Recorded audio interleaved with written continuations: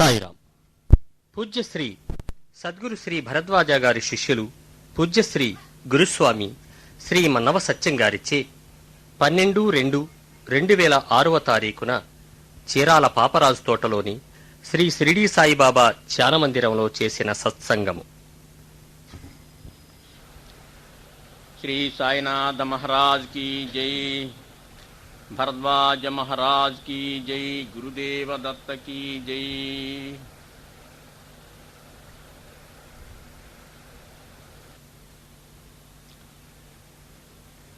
ओम साई श्री साई जय जय साई, जय जय साई। ओम साई श्री साई जय जय साई, जय जय साई। ओम साई श्री साई जय जय साई। श्री साईनाथ महाराज की जय, भरद्वाज महाराज की जय, गुरुदेव दत्त की जय। ప్రతిసారి చెప్పుకున్నట్టే మనం ఒక విషయాన్ని గుర్తెచ్చుకొని ఈ సత్సంగాన్ని ప్రారంభిద్దాం. మనం ఇలా ఈ సద్గురు మూర్తుల సన్నిధిలో కూర్చొని సత్సంగం చేసుకుంటున్నామంటే అది కేవలం ఆ సద్గురుమూర్తుల కృప. వారి కృప ఉంటేనే మనం ఇలా వారి సన్నిధిలో కూర్చొని సత్సంగం చేసుకోగలుగుతున్నాం. అందుకని ఆ విషయం గుర్తుంచుకొని కృతజ్ఞతాపూర్వకంగా మరొకసారి వాళ్ళని స్మరించుకుందాం. శ్రీ సాయినాథ మహారాజ్ की జై, భరద్వాజ మహారాజ్ की జై, గురుదేవ దత్త की జై।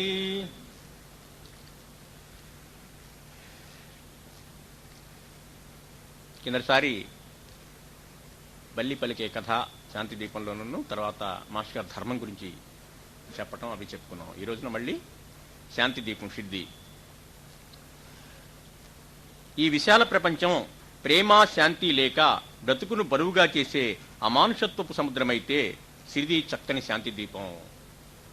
అలాంటి శాంతి దీపాన్ని మన హృదయంలోకి తెచ్చుకోవటానికే ఈ సత్సంగాలు, ఈ స్మరణ మనం చేసుకుంటున్నాం.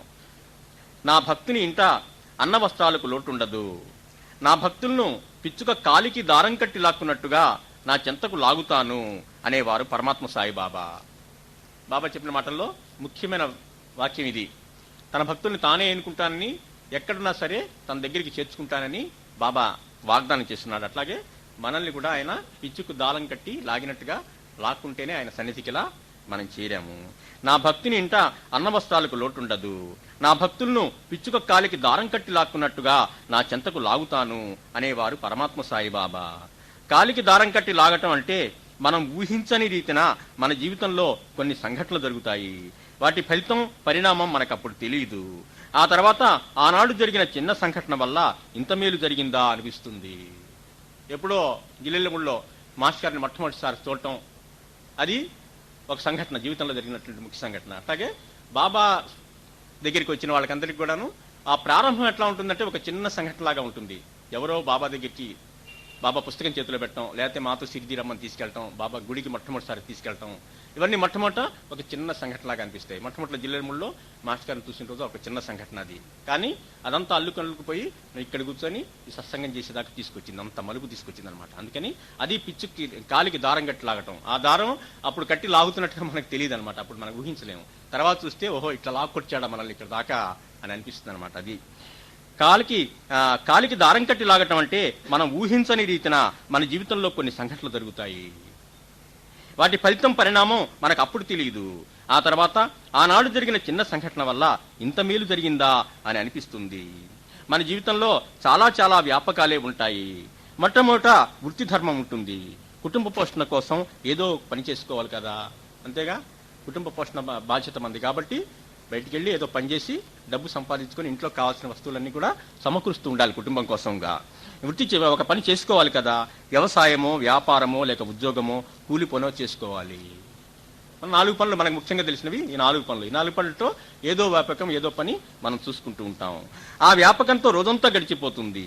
ఇవి చేసుకోకపోతే కుటుంబ పోషణ జరగదు. ఈ 4గింట్లో ఏదో వ్యాపకం మనం పెట్టుకోవాలి, దాని ద్వారా ఆర్జన చేసుకోవాలి, కుటుంబ పోషణ చేసుకోవాలి. ఇవి చేసుకోకపోతే కుటుంబ పోషణ జరగదు. అందుకని మనలో ఎక్కువ మంది రెక్కలు ముక్కలు చేసుకొని ఏదో పని చేస్తూనే ఉంటారు. పని అనేది జీవితంలో ఒక ముఖ్యమైన అంశం మనకి. పని చేస్తూనే ఉంటారు. నిజానికి ఆ పనులు కూడా మనకు ఆ పరమాత్మ ప్రసాదించినవే. పని దొరకడం అనేది చాలా ముఖ్యమైన అంశం మనకి మన జీవితంలో. అందుకని అసలు ఆ పని ఎక్కడి నుంచి వచ్చిందో మనకంటే ఆ పని కూడా ఆ పరమాత్మ ప్రసాదించిందే పని కూడాను. నిజానికి పనులు కూడా మనకు ఆ పరమాత్మ ప్రసాదించినవే. తిండికి గింజలు కావాలి మనకు. వడ్లు పండి తినే బియ్యం మన ఇంట్లోకి వచ్చి మనం అన్నం వండుకుని తినగలిగేది. డబ్బులు జేబులో ఉన్నంత మాత్రాన సరిపోదు, అక్కడ అంగడిలో ఆ బియ్యం కూడా ఉండాలి. అందుకని వడ్లు పండితేనే మన ఇంట్లోకి వచ్చి మనం అన్నం వండుకొని తినగలిగేది. భూమి దున్ని వరినారు నాటి నీరు పెడితే వరి పంట చేతికి అందుతుంది.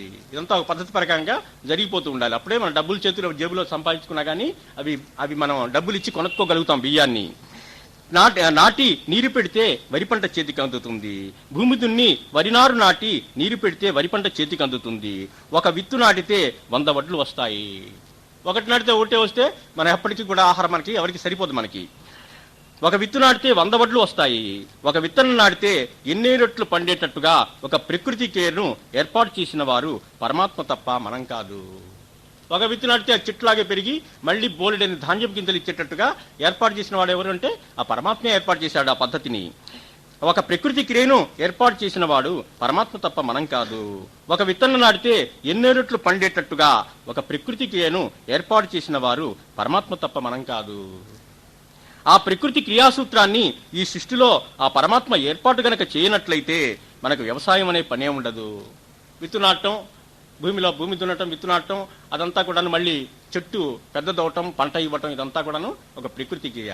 ఆ ప్రాసెస్ కనుక భగవంతుడు పెట్టకపోతే ఏమయ్యేదంటే వ్యవసాయం పనే లేదు అక్కడ అసలు. ఇవి ఏర్పాటు కనుక చేయనట్లయితే మనకు వ్యవసాయం అనే పనే ఉండదు. మిగతా పనులన్నీ కూడా దీన్ని అనుసరించుకునే ఉంటాయి. వ్యవసాయం, వ్యాపారం, ఉద్యోగం, కూలి పని ఇవన్నీ కూడా ఆ ప్రకృతి క్రియాసూత్రం మీదనే ఆధారపడి ఉంటాయి. ఒకటి నాటితే 100 గింజలు రావాలి, దాని మీదే మొత్తం కూడా అంత ఆధారపడి ఉండేది మిగతా పనులన్నీ కూడాను. అలాగే వస్తూత్పత్తి ఏది చేసినా దాని ముడి పదార్థం ఏదైతే ఉందో అది పరమాత్మ సృష్టించినదే. ముడి పదార్థం ఆయన సృష్టించాడు. ఏది మనం తయారు చేసుకోవడానికి వస్తువులకు కావాల్సింది. ఒక ఇనుప వస్తువును లేకపోతే ఏదైనా వస్తూత్పత్తి చేసే యంత్రాన్ని తయారు చేస్తున్న ఒక కర్మాగారం ఉందనుకోండి. ఇనుముతో తయారైన యంత్రాన్ని తయారు చేయడానికి కావలసిన ముడి ఇనుము దొరికే ఇనుప గనులు గల భూగోళాన్ని సృష్టించింది పరమాత్మ తప్ప మనం కాదు. ఇనుప వస్తువులు చేసుకోవాలంటే ఇనుప ఖనిజం భూమిలో ఉండాలి. ఆ ఇనుప ఖనిజం గల ఆ గనులని, ఆ భూగోళాన్ని పరమాత్మ సృష్టించాడు. ముడి ఇనుము దొరికే ఇనుప గనులు గల భూగోళాన్ని సృష్టించింది పరమాత్మ తప్ప మనం కాదు. భూమి మీద గల గనులలో ఇనుప ఖనిజం లభిస్తుంది. దాన్ని బయటికి తీసి వేడి చేసి కరిగించి మూసల్లో పోసి కావలసిన రీతిగా యంత్రాలను తయారు చేస్తారు. ఆ యంత్రాలు వస్తువులు తయారు చేస్తాయి. అలా ఇనుప ఖనిజాన్ని, దానిని వేడి చేస్తే కలిగే గుణాన్ని, కరిగిన ఇనుమును మూసలో పోస్తే మనకు కావలసిన రూపుదిద్దుకోగల ప్రకృతి యొక్క రసాయనిక క్రియను సృష్టించింది పరమాత్మ తప్ప మనం కాదు. ఇనుము బయటికి తీయాలి, దాన్ని కరగబెట్టాలి, వేడి చేయాలి, అది ద్రవంగా మారాలి, అది ఒక మూసలో పోస్తే మళ్ళీ ఇంకో రూపుదిద్దుకోగలగాలి. ఈ స్వభావం అంతా కూడాను ఏర్పాటు చేసింది ఆ ప్రకృతి క్రియను ఏర్పాటు చేసింది, రసాయనిక క్రియను ఏర్పాటు చేసింది ఆ పరమాత్మ. ప్రకృతి యొక్క రసాయనిక క్రియను సృష్టించింది పరమాత్మ తప్ప మనం కాదు. అలా ముడిసరుకును దాన్ని కరిగిస్తే మనకు కావలసిన వస్తువు కాగల ప్రకృతి క్రియను పరమాత్మ సృష్టించబట్టే కర్మాగారాలు, కార్మికులు, వారికి పని ఏర్పడ్డాయి. దొరికినట్టుగా అట్లాగే కరగకుండా ఉంటే ఏమవుతుంది? అసలు దొరకకుండా ఉంటే ఈ కర్మాగారాలను ఇనుముతో చేసే వస్తువులు దొరికే ఆ పని కూడా ఏమీ ఉండదు. మనకు కావలసిన వస్తువుగా కాగల ప్రకృతికేను పరమాత్మ సృష్టించబట్టే కర్మాగారాలు, కార్మికులు, వారికి పని ఏర్పడ్డాయి. అందుకని కార్మికులకు దొరికే పని కూడా పరమాత్మ ప్రసాదించిందే. ఫ్యాక్టరీస్ లో కార్మికులకు పని దొరుకుతుంది, దానివల్ల వాళ్ళ ధనమార్జించుకొని కుటుంబ పోషణ చేసుకుంటారు. ఆ పని దేని వల్ల దొరికిందంటే ఇదంతా కూడా ఈ రసాయనిక క్రియ అంతా పరమాత్మ సృష్టించబడ్డ ఏర్పాటు చేశాడు. అందువల్ల దాన్ని అనుసరించి ఈ కార్మికులు, ఫ్యాక్టరీలు, దానిలో కార్మికులు, ఆ పని వాళ్ళకు ఉపాధి దొరుకుతున్నది. అందుకని ఆ పని కూడాను భగవంతుడు సృష్టించిందే. దొరికే పని కూడా అందుకని కార్మికులకు దొరికే పని కూడా పరమాత్మ ప్రసాదించినదే. ఎందుకంటే ముడి పదార్థము, దాని గుణము పరమాత్మ ఏర్పాటు కనుక చేయకపోయినట్లయితే ఫ్యాక్టరీలు, వస్తూత్పత్తి అనే పనే ఉండదు కదా. అందుకని ఇందాక వ్యవసాయం అనే పని ఇప్పుడేమో ఈ కార్మికులకు కూలి పని, ఇవన్నీ కూడాను ఆ భగవంతుడి యొక్క ప్రసాదం. అలాగే వ్యాపారం అనే పని కూడా పరమాత్మ ప్రసాదించిందే. మనకేదైతే పని తెలుసుకోవడానికి పని దొరుకుతుందో ఆ పని అంతా కూడాను ఆ పరమాత్మే మనకి సృష్టించి ఇచ్చాడు. అలాగే వ్యాపారం అనే పని కూడా పరమాత్మ ప్రసాదించినదే. వ్యాపారం అంటే మానవులకు నిత్యావసర వస్తువులు ప్రసాదించే వ్యవస్థ. మానవుడికి ప్రాణం నిలవటానికి నిత్య పోషకాలు కావాలి, ఆహారం కావాలి, గుడ్డ కావాలి, ఇల్లు కావాలి. ఇవి నిత్యావసరాలు. ప్రతిరోజు ఆహారం లోపలికి పోతుండాలి. ఎవరు కూడాను అన్నం తినకుండా ఉండలేరు ఆహారం తీసుకోకుండా. మానవుడికి కావలసిన ఈ నిత్యావసరాలు తనకై ఒక్కడే తాను ఇవన్నీ కూడాను సమకూర్చుకోలేడు. ఆహారము, మిగతా వస్తు సామగ్రి అంతా నిత్యం మానవులకు అందుతూ ఉండాలి. అలా అందించేందుకు ఒక విధానం ఉండాలి. వ్యవసాయం ద్వారా కొందరు ధాన్యం పండిస్తే ఆ ధాన్యం సేకరించి ప్రజలకు అందుబాటులో ఉంచేందుకు కొందరు కావాలి. పంట పండించి ధాన్యం అక్కడ పెట్టుకుంటారు వాళ్ళు, వ్యాపారస్తులు కొని మళ్ళీ ఇక్కడ కొట్లకేస్తుంటారు. కొట్లలోంచి మనం తెచ్చుకుంటాం. ఇదంతా ఒక ప్రక్రియ. ఇదంతా చేయడానికి కొంతమంది మనుషులు కావాలి మనకు అందించడానికి, అవన్నీ పంటను మనకు అందించడానికి. వాళ్ళు వ్యాపారస్తులు. వీరే వ్యాపారస్తులు. వీరు చేసే పని వ్యాపారం. ఈ వ్యాపారం అనే పని కూడా పరమాత్మ సృష్టించింది. ఎందుకంటే నిత్యం ఆహారం తినకుండా బతకలేని విధంగా మనిషిని సృష్టించింది పరమాత్మ తప్ప మనం కాదు. ఆకలి అనేది ఆహారం అవసరం కనుక మనకు లేకపోతే ఇదెందుకు, ఇవన్నీ మనకి అది అందించాల్సిన అవసరమే ఉండదు. ఆహారం మనిషి యొక్క అతి ముఖ్య నిత్యావసరము. 600 రోజు మనిషి ఆహారం తీసుకోవాల్సిందే. దీని నుంచి ఎవరు కూడా తప్పించుకోలేరు. అలాంటి అత్యంత అవసరాన్ని సృష్టించింది భగవంతుడే తప్ప మనం కాదు. ఆ పరమాత్మ మనిషి శరీరాన్ని ఆహారం అవసరం లేని విధంగా సృష్టించి ఉంటే ఈ వ్యవసాయం అనే పని, వ్యాపారం అనే పని అసలు ఉండేవి కావు. అందుకని పని అనేది ఆ పరమాత్మ ప్రసాదించిందే. ఈ 3 రకాల పనులు, 4 రకాల పనులు కూడాను ఆ పరమాత్మే ప్రసాదించాడు మనకి. మనిషికి కావలసిన నిత్యావసర వస్తువులకు నిలయమైన భూమిని పరమాత్మ ఎంత విచిత్రంగా సృష్టించాడో అంతే విచిత్రంగా మనిషిని కూడా సృష్టించాడు. భూగోళం, దానిలో ఖనిజాలు, రసాయన క్రియలు, వ్యవసాయం, ఆ భూమిలో విత్తనాలు వేస్తే పండటం, ఇదంతా కూడాను అద్భుతంగా ఎట్లయితే సృష్టించాడా భగవంతుడు. అసలు ఇవన్నీ అవసరాలన్నింటినీ వాడుకుంటున్నటువంటి మనిషిని కూడా అంత విచిత్రంగానే సృష్టించాడు. మనిషిని కూడా సృష్టించాడు.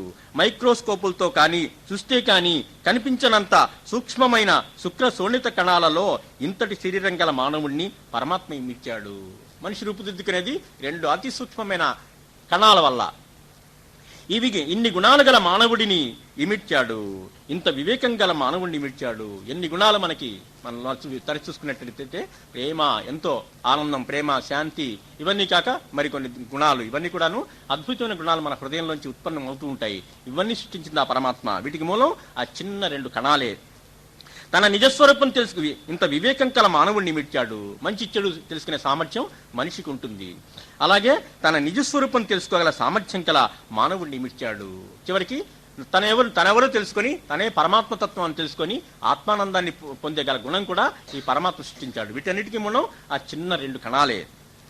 ఇన్ని ఇమిడి ఉన్న మానవుణ్ణి మామూలు కంటికి కనపడినంత సూక్ష్మమైన కణంలో ఆ పరమాత్మ ఇమిడ్చాడు. పెద్ద పెద్ద మైక్రోస్కోపులతో చూస్తే గాని కనిపించవు అవి. అలాంటి శుక్ర శోణితాలనే ఆ 2 చిన్న కణాలను పరమాత్మ సృష్టించి ఉండకపోతే ఈ మానవుడే లేడు. ఆ కణాలే లేకపోతే ఏముంది? ఇదంతా లేనే లేదు. అసలు ఈ అవసరాలే లేవు, ఈ పనులే లేవు. ఇలా మానవుడి అవసరాలను, వాటిని అందివ్వగల పనిని, ఈ 3ంటికి మూలమైన ప్రాథమిక కణాలను ఆ పరమాత్మ సృష్టించాడు. దేన్ని తరచి చూసుకున్నా సరే అదంతా కూడాను ఆ పరమాత్మ సన్నిధికే తీసుకుపోతుంది. ఆయన విచిత్ర లీల మనకు అర్థమయ్యేట్టు తెస్తుంది. ఏ విషయమైనా సరే దాని మూలం ఏమిటి, అది ఎట్లా ఏర్పడిందని తరచి చూసుకుంటే చివరికి అది ఆ భగవంతుడి దగ్గరికి చేరుస్తుంది. ఆయన లీలా విలాసం కదా ఇది అని మనకు అనిపిస్తుంది. అవసరాలను, వాటిని అందించగల పనిని, ఈ 3ంటిని మూలమైన ప్రాథమిక కణాలను పరమాత్మ సృష్టించాడు. జీవము, జడము, శక్తి అంటే మానవుడు, వస్తువులు, పని పరమాత్మ సృష్టించాడు. అందుకే మన పనిని మనం బాధ్యతతో చేయాలి, ప్రేమతో చేయాలి, పరమాత్మ మెచ్చేలాగా చేయాలి. ఎంతో ఓర్పుతో సహనంతో మనకు దొరికినటువంటి పనికి న్యాయం చేకూర్చాలి మనం. అది జాబ్ సాటిస్ఫాక్షన్ అంటారు. తృప్తిగా, శాంతి, ఆనందంగా చేయాలి చేసే పనిని. అందుకే మానవ జన్మ దైవ ప్రసాదము. ఇదంతా కూడాను భగవంతుడు ప్రసాదించాడు. మనల్ని కూడా భగవంతుడే ప్రసాదించాడు. అందుకే మానవ జన్మ దైవ ప్రసాదము, ఆహారం దైవ ప్రసాదము, పని దైవ ప్రసాదము. మనం కూడా దైవ కృప వల్ల మనం ఏర్పడ్డాం. అలాగే మనకి ఇందాక చెప్పుకున్న ప్రసాదించినటువంటి ఆహారం కూడా దైవ ప్రసాదమే. ఇది కాక ఈ పని కూడా దైవ ప్రసాదం అని మనం కొత్తగా అవగాహన తెచ్చుకుంటున్నాం. మానవ జన్మ దైవ ప్రసాదం, ఆహారం దైవ ప్రసాదం, పని దైవ ప్రసాదం. మన ఉపాధి కోసం ఏదైనా పని దొరకాలి. పనిని సృష్టించిన వాడు పరమాత్మ. అందుకని ఉపాధి కోసం ఆ పరమాత్మనే ప్రార్థించాలి మనం. మనకి ఎక్కడ ఉపాధి దొరక్క నానా అవస్థలు పడుతున్నాం అనుకోండి, అప్పుడు మనం ఏం చేయాలంటే ఆ పరమాత్మనే ప్రార్థించాలి. ఇంతమందికి ఉపాధి చూపించిన వాడివి నాకు కూడా చూపించు పరమాత్మ అని చెప్పి ఆ పరమాత్మనే ప్రార్థించాలి. మనం అట్లా చేస్తూ ఉంటాం. చదువైపోగానే పిల్లలకు మంచి ఉద్యోగాలు దొరకాలని పరమాత్మ సాయిబాబాను ప్రార్థించడం ఎంతో మంది భక్తులు చేస్తూ ఉంటారు. ఎందుకంటే ఆయనే ఉపాధి ప్రసాదించగలవాడు కనుక, పని ప్రసాదించగలడు కనుక, పని దైవ స్వరూపం కనుక ఆయనే మనకి చక్కటి పనిని ఇస్తాడని చెప్పి ఆయనే ప్రార్థన చేస్తూ ఉంటాం. అలా పరమాత్మ సాయిబాబాను ప్రార్థించి ఉద్యోగం పొందిన వారిలో మన సోల్కర్ కూడా ఒకడు. సోల్కర్ అనే భక్తుడు బాబా దగ్గరికి వస్తాడు. అతను పని లేక ఇబ్బంది పడుతూ ఉంటాడు. అందుకని ఆ పరమాత్మని నాకు పని ఇవ్వమని చెప్పి అడుగుతాడనమాట, ప్రార్థన చేస్తాడనమాట. ఆ కథ ఈరోజు శాంతి దీపంలో మనం చెప్పుకున్నాము. పని ఎలా అయితే పరమాత్మ ప్రసాదం అని అనుకున్నామో అలాగే తీరిక సమయం కూడా భగవంతుని ప్రసాదమే. పనిలో కాలం వెచ్చిస్తుంటాం నిమిషం వృధా చేయకుండా, కానీ ఎంతైనా సరే కొంత తీరిక సమయం కూడా మనకు మిగులుతుంది. మరి ఆ తీరిక సమయం మాట ఏమిటి? ఆ తీరిక సమయం కూడా భగవంతుడు ప్రసాదించిందే మనకి. అందుకని దాన్ని ఎలా వినియోగం చేసుకోవాలి మనం? పని భగవంతుడి యొక్క ప్రసాదం కనుక పనిని శ్రద్ధతో, ప్రేమతో, తృప్తితో మనం చేయాలి. ఇంతేకాకుండా పనిలో కాలం వినియోగిస్తుంటామంట, తృప్తిగా పనిచేస్తూ కొంత తీరిక సమయం మిగులుతుంది. ఆ సమయాన్ని ఎవరు ఏర్పాటు చేశారు మనకి? తీరిక సమయాన్ని. కాలం కూడా దైవ ప్రసాదమే కనుక తీరిక సమయం కూడా ఆ భగవంతుడు ప్రసాదించింది. పని ఎలా అయితే పరమాత్మ ప్రసాదం అని అనుకున్నామో అలాగే తీరిక సమయం కూడా భగవంతుని ప్రసాదమే. ఎందుకంటే కాలం అనేది పరమాత్మ సృష్టించింది తప్ప మనం సృష్టించింది కాదు. ఈ విశ్వంలో ఏది కూడా మనం సృష్టించాల, మొత్తం అంతా కూడా పరమాత్మ సృష్టించిందే అని అనుక్షణము కూడా మనకి ఏ పని చూసినా సరే, ఎటువైపు చూసినా సరే గుర్తొస్తూ ఉంటుంది. అది కాలం అనేది పరమాత్మ సృష్టించింది తప్ప మనం సృష్టించింది కాదు. మనకు రోజుకు 24 గంటల సమయం పరమాత్మ సృష్టించి ఇచ్చాడు. 24 గంటల్లో 8 లేక 10 గంటలు వృత్తి ధర్మంలో గడుపుతాము, 6-7 గంటలు నిద్రపోతాము. అవి పనులకు కొంత సమయం పోను, 2-3 గంటలైనా తీరిక సమయం ఉంటుంది మనకు. ఎంత ఖర్చు చేసినా కానీ కాలం 2-3 గంటలైనా సరే మన ఖాళీ సమయం అనేది ప్రతిరోజు కూడా దొరుకుతుంది. ఆ ఖాళీ సమయాన్ని ఎలా సద్వినియోగం చేసుకోవాలి? కాలం కూడా పరమాత్మ స్వరూపమే కదా. ఈ తీరిక సమయాన్ని ఒక్కొక్కరు ఒక్కొక్క రకంగా గడుపుతూ ఉంటారు. ఏ సినిమానికో షికారుకో వెళ్లేవారు కొందరు, స్నేహితులు బంధువులు ఇళ్లకు వెళ్లేవారు కొందరు, పక్కింటి వాళ్లతో బాధాకాని కొందరు, పార్కుకో ప్లే గ్రౌండ్కో వెళ్లేవారు కొందరు. ఇలా ఎవరి అభిరుచిని బట్టి వారికి ఆ తీరిక సమయం గడుపుతూ ఉంటారు. ఎవరి ఆనంద ప్రకారం వాళ్ళకి కావాల్సిన అభిరుచిని బట్టి ఆ తీరిక సమయం వెచ్చిస్తూ ఉంటారు. ఇంతవరకు బాగానే ఉంది, కానీ ఇవన్నీ కూడా మనకు ఆనందం కలిగిస్తూ ఉన్నప్పటికీ మన జీవితాలను ఇవి మెరుగుపరచలేవు. పైన చెప్పుకున్న కాలక్షేపాలన్నీ కూడా మనకి తాత్కాలికంగా మనకి బోరు కొట్టకుండా కాలం గడిచిపోతుంది హాయిగా, కానీ అవి మన జీవితాన్ని ఏ రకంగానూ కూడాను మెరుగుపరచలేవు అట్లా కాలక్షేపం చేసినట్లయితే మనం. కానీ ఇవన్నీ కూడా మనకు ఆనందం కలిగిస్తూ ఉన్నప్పటికీ మన జీవితాలను ఇవి మెరుగుపరచలేవు. మన జీవితాల్లో కాంతిరేఖలను ఇవి నింపలేవు. కాంతిరేఖలు నింపడం అంటే మన మానవ జీవితం ఎందుకు వచ్చిందో దాన్ని శాసించడానికి ఉపయోగపడే విధంగా అవేమీ ఉండవు మనకి. మన పూర్వపుణ్యం వలన మనం ఒక్కోసారి తీరిక సమయాల్లోనో లేకపోతే తీరిక చేసుకునైనా సరే కొన్ని మంచి పనులు చేస్తూ ఉంటాము. కొంతమంది అట్లా కాలక్షేపానికి వెళ్ళినప్పటికీ ఎప్పుడన్నా ఒకసారి మనకు బుద్ధి పుడుతుంది, మంచి బుద్ధి. ఈ కాలాన్ని సద్వినియోగం చేసుకునే మంచి ప్రేరణ మనకు కలుగుతుంది. ఏంటి ఆ ప్రేరణ అంటే, ఒకరోజు ఎప్పుడో సాయిబాబా గుడికి వస్తాం మనం, అది మంచిగా వినియోగించుకోవటం అన్నమాట. మన వలన ఒక్కోసారి తీరిక సమయాల్లోనో లేకపోతే తీరిక చేసుకోనైనా సరే కొన్ని మంచి పనులు చేస్తూ ఉంటాం. అవేంటంటే గురువారం నాడు పరమాత్మ సాయిబాబా మందిరానికి వెళ్ళటం, చక్కటి ఆ తీరిక సమయాన్ని చక్కగా వినియోగించుకోవడం, ఉత్తమంగా వినియోగించుకునేటటువంటి పని ఏంటంటే గురువారం నాడు ఆ బాబా పాద సన్నిధికి రావటం, దర్శనానికి రావటం, పరమాత్మ సాయిబాబా మందిరానికి వెళ్ళటం. అవేంటంటే గురువారం నాడు పరమాత్మ సాయిబాబా మందిరానికి వెళ్ళటం, లేకపోతే సాయి సత్సంగం జరుగుతుంటే అక్కడికి వెళ్తూ ఉంటాము. ఇలా వెళ్ళటం, ఆ కార్యక్రమాలను చెవిగ్గి వినటం పూర్వజన్మ సుకృతం. మనసు అటుపోకుండా ఇటువైపు మొగ్గింది అంటే ఆ పరమాత్మ కృప, పూర్వజన్మలో ఏదో పుణ్యం చేసుకుంటే బట్టి ఆ గుణం మనకు అలవడింది. అందుకని ఆ పరమాత్మ సన్నిధికిలా మనం రాగలుగుతున్నాము. ఇలా వెళ్ళటం, ఆ కార్యక్రమాలను చెవిగ్గి వినటం పూర్వజన్మ సుకృతం. జన్మలుగా మనం మంచి పనులు చేస్తూ ఉండటం వల్లనే మనకు పరమాత్మ స్మరణ చేసుకునే చోటుకు పోవాలని మనసుకు తోస్తుంది.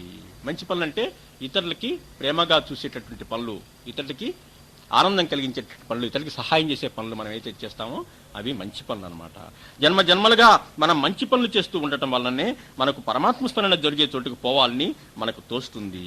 పరమాత్మ స్మరణ అనే మకరందం యొక్క మాధుర్యం కనుక మనం ఒక్కసారి రుచి చూస్తే పదే మనం అక్కడికే పోతూ ఉంటాం.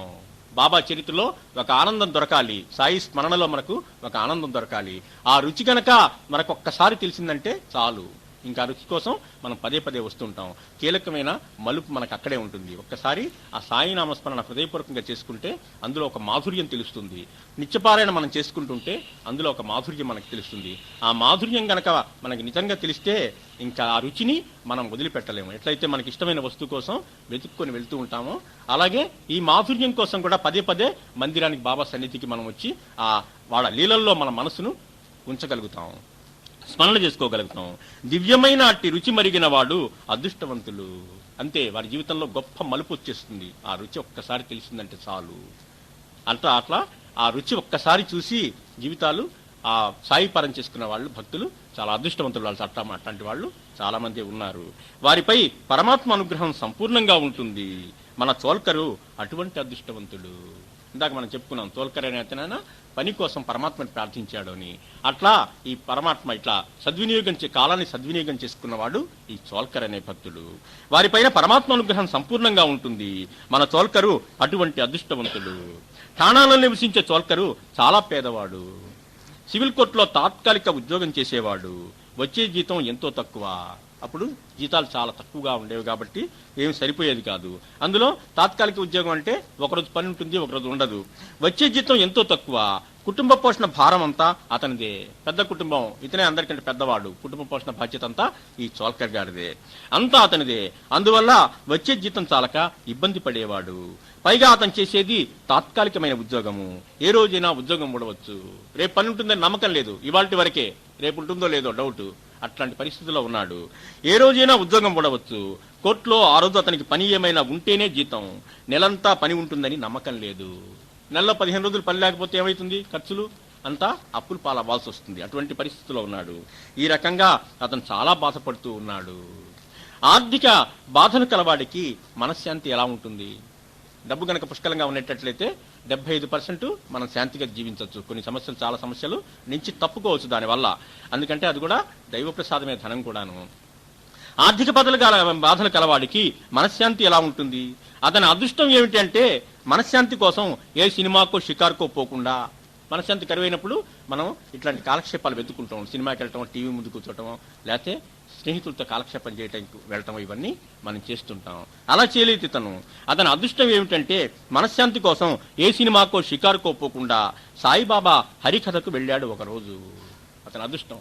బాబా హరికథ చెప్తున్నారు ఎక్కడో అని విని ఆ హరికథ విందామని చెప్పి వెళ్ళాడు. ఆ హరికథ వినటానికి వెళ్ళిన రోజు నుంచి అతని జీవితం అద్భుతమైన మలుపు జరిగి సాయి కృపకు పొందగలిగాడు ఆయన. ఆ రోజుతో అతని జీవితంలో వెలుగు రేఖలు నిండాయి. ఆర్థిక బదులు కలవాడికి మనశ్శాంతి ఎలా ఉంటుంది? అతని అదృష్టం ఏమిటంటే మనశ్శాంతి కోసం ఏ సినిమాకో షికారుకో పోకుండా సాయిబాబా హరికథకు వెళ్ళాడు ఒకరోజు. ఆ రోజుతో అతని జీవితంలో వెలుగు రేఖలు నిండాయి.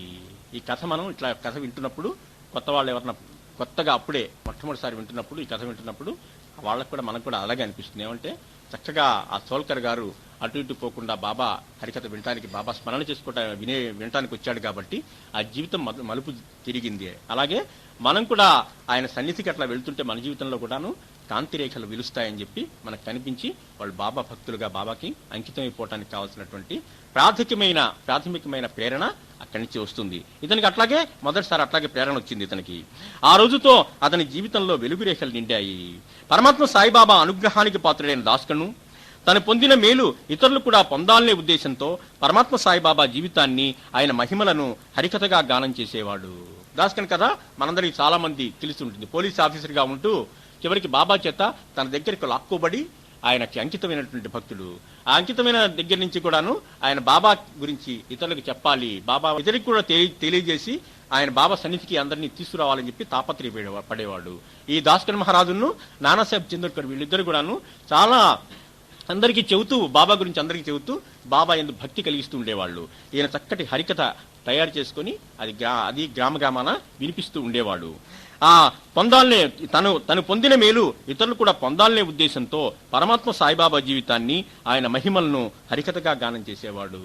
బాబా భక్తులకు ఉండేటటువంటి ఒక మంచి లక్షణం ఇది. మన పూర్వపుణ్యం వల్ల, ఆయన కృప వల్ల మనకు అలవడినటువంటి ముఖ్యమైన లక్షణం. మనం గనక బాబా వల్ల ఏదైనా అనుభూతి పొందితే పక్క వాళ్ళు కూడా పొందాలని మనం అనుకుంటాం. అనుకొని బాబా చరిత్ర పుస్తకాన్ని తీసుకెళ్లి మన మిత్రులకి తప్పకుండా ఇస్తాం. ఇదంతా కూడాను ఆయన కృప వల్ల మనలో ఏర్పడినటువంటి సద్గుణం ఇది. ఏ బాబా భక్తుడు కూడాను ఈ పని చేయకుండా ఉండటం నేను ఎప్పుడు చూడలే. అందరూ కూడా ఈ పని చేస్తూనే ఉంటాడు. బాబా ఫోటో ఇవ్వటం, తను పొందిన మేలు ఇతరులు కూడా పొందాలనే ఉద్దేశంతో పారాయణ గ్రంథాల బాబా చరిత్రలు పరిచయం చేస్తూ ఉంటారు ఇతనికి. ఇదొక భగవంతుడు మనకి ఆ బాబా ప్రసాదించినటువంటి ఒక సద్గుణం. దానివల్ల వాళ్ళకి మనకి కూడా ఎంతో మేలు జరుగుతుంది. దాస్కన్ హరికథ ఎలా చెప్పేవాడంటే, ఆ దాస్కండు మహారాజు హరికథ ఎలా చెప్పేవాడంటే, ఆయన చెప్పిన హరికథ వింటే భక్తులు పరవశించిపోయేవారు. భగవంతుడు ఒక్కొక్కళ్ళకి ఒక్కొక్క కళ ప్రసాదిస్తాడు. ఈయన హరికథ ఎంత బాగా చెప్పేవాడంటే, ఆ లీలల్ని వివరించి వాళ్ళ హృదయాల్లో నాటుకునేటట్టుగా చెప్పేవాడు. బాబా గురించి భక్తి నాటుకునేటట్టుగా అంతగా చెప్పేవాడు ఆయన. ఆ దాస్కుని హరికథ ఎలా చెప్పేవాడంటే, ఆయన చెప్పిన హరికథ వింటే భక్తులు పరవశించిపోయేవారు. చక్కగా గానం చేస్తూ ఆయన రకరకాలుగా కథలు చెబుతూ మధ్యలో బాబా పైన భక్తి కలిగించి ఆయన హృదయంలో నాటుకునేటట్టుగా చేసేవాడు. ఎప్పుడెప్పుడు షిరిడీ వెళ్లి ఆ పరమాత్మ సాయిబాబా దర్శనం చేసుకుందామా అని ఉవ్వుళ్ళేరేవాళ్ళు. ఒక్కసారి ఆయన హరికథ వింటారంటే చాలు, ఓహో ఇంత గొప్ప మహాత్ముడా, ఇంత మేలు చేస్తాడా ఈయన అని అంతటి మహాత్ముడిని దర్శనం చేసుకోవాలని చెప్పి ఎప్పుడెప్పుడు షిరిడీ వెళ్దామని పరుగులు తీస్తూ ఉండేవాళ్ళు. దాస్కన్ మహారాజ్ హరికథ వినవాళ్ళంతా కూడాను అని ఉవ్విళ్ళూరుతుండేవాళ్ళు. ఎప్పుడెప్పుడు షిరిడీ వెళ్లి ఆ పరమాత్మ సాయిబాబా దర్శనం చేసుకుందామా అని ఉవ్విళ్ళూరేవారు. అలా హరికథల ద్వారా పరమాత్మ సాయిబాబాపై భక్తిని ప్రజల్లో ప్రేరేపింపజేసి ఎంతో మందికి మేలు చేసిన మహానుభావుడు దాస్కన్ మహారాజు. ఆయన చేసిన మేలు వల్ల ఆ హృదయంలో భక్తి బీజాల హరికథ వల్ల అట్ట నాటడం వల్ల ఆయన ఎంతో మందికి మేలు చేసిన వాడు అయ్యాడు. ఒకరోజు శ్రీ కౌపినేశ్వర మందిరంలో దాస్కను సాయిబాబా హరికథ ఏర్పాటు చేశారు. బొంబాయిలో కౌపినేశ్వర మందిరం. దాస్కన్ హరికథ చెప్పడానికి వస్తున్నాడంటే జనం ఎగపడేవారు. ఆనాడు తెలిసింది, చక్కగా బాబా హరికథ బాగా చెబుతాడు ఈయన హరికథ వినటానికి చాలా బాగుంటుంది, ఎంతో మేలు జరుగుతుందని ఆనోట కీర్తి వ్యాపించింది. ఈ హరికథ అంటే పరుగున దూర తీరాల నుంచి కూడా అందరూ వచ్చి చేరేవాళ్ళు. దాసుకుని హరికథ చెప్పడానికి వస్తున్నాడంటే జనం ఎగబడేవారు. ఆనోట బాగా ప్రచారం జరిగేది. జనం తండోపతండాలుగా వచ్చేవారు. అలా విని ఆ హరికథ వినటానికి వచ్చి కూర్చున్నాడు చోల్కర్ చెవులో కూడా పడింది. దాస్కన్ మహారాజుట ఎవరో బాబా గురించి, సిద్ధి బాబా గురించి హరికథ చెబుతాట అని చెప్పి ఎవరో చెబితే ఈయన కూడా వచ్చాడు. ఆ రోజున కౌపినేశ్వర మందిరం పరమాత్మ సాయి మహిమా తరంగాలతో నిండిపోతూ ఉంది. దాస్కన్ హరికథ మొదలు పెట్టాడంటే అంత దివ్యస్మరణ, ఆయన నామం చేస్తుంటాడు, గానం చేస్తుంటాడు. హృదయాల్లో ఆ గానం ప్రతిబింబిస్తూ ఉంటుంది. అట్లా చెప్పేవాడు. ఆ రోజున కౌపినేశ్వర మందిరం పరమాత్మ సాయి మహిమా తరంగాలతో నిండిపోతోంది. అక్కడ జనం హృదయాలు ఆ తరంగాలకు స్పందిస్తూ ఉన్నాయి. ఒకళ్ళు చక్కగా గానం చేస్తుంటే మన హృదయాలు స్పందిస్తుంటాయి, భక్తితో గానం చేస్తుంటే. సాయి నామము జయకారాలు మందిరంలోనూ భక్తుల హృదయ మందిరాల్లోనూ ప్రతిధ్వనిస్తూ ఉన్నాయి. మధ్యలో ఆయన సాయికి జైలు చెప్పడం, ఆయన పాట పాడటం ఒకటి, ఆయన కథ చెప్పడం, ఇట్లా రకరకాలుగా పరవశింపజేస్తూ ఆయన కథ చెబుతున్నందువల్ల ఆ మందిర ప్రాంగణం అంతా కూడాను భక్తి వాతావరణంతో సాయినామంతో నిండిపోయింది. మొదటి నుంచి కూడా చోల్కర్ శ్రద్ధాళువు. కొంతమందికి గుణం ఉంటుంది, భగవంతుడి కీర్తనలు వింటే శ్రద్ధగా ఆలకిస్తూ ఉంటారు వాళ్ళు, అదొక సుగుణం. అలాంటి వాడే ఈ చోల్కర్ కూడాను. మొదటి నుంచి కూడా చోల్కర్ శ్రద్ధాళువు. అతనిది భక్తిని స్పందించే హృదయము.